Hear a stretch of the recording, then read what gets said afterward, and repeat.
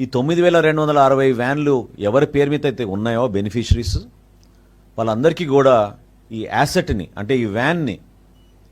ఉచితంగానే వాళ్ళకి ట్రాన్స్ఫర్ చేసే విధంగా ఒక నిర్ణయం తీసుకున్నాం. ఎందుకంటే వాళ్ళ లైవ్లీహుడ్ కూడా ఎఫెక్ట్ కాకూడదు.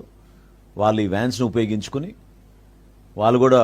గూడ్స్ డెలివరీయో లేకపోతే ఇంకో దానికో ఈ వ్యాన్ని ఉపయోగించుకునే విధంగా ఆ బెనిఫిషరీస్కే ఈ 5 కార్పొరేషన్లు SC corporation, ST corporation, BC corporation, EBC corporation, అదేవిధంగా minority Muslim and Christian finance కార్పొరేషన్కి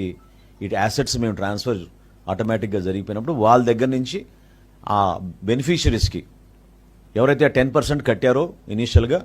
వాళ్ళందరికీ కూడా ఈ వ్యాన్లు మళ్ళీ తిరిగి ఇచ్చేటట్టు ఉచితంగా రాష్ట్ర ప్రభుత్వం నుంచి ఆ నిర్ణయం తీసుకుని ఇంతటితో ఈ పీడిఎస్ రైస్ ఉక్కుపాదంతో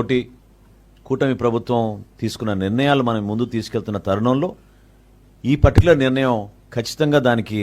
దోహదపడుతుందని మేము భావిస్తున్నాం. కొంతవరకు మేము దీని ద్వారా ఈ రైస్ డైవర్షన్ ఖచ్చితంగా ఆగుతూనే ఒక నమ్మకంతో ఈ కార్యక్రమాన్ని ఈరోజు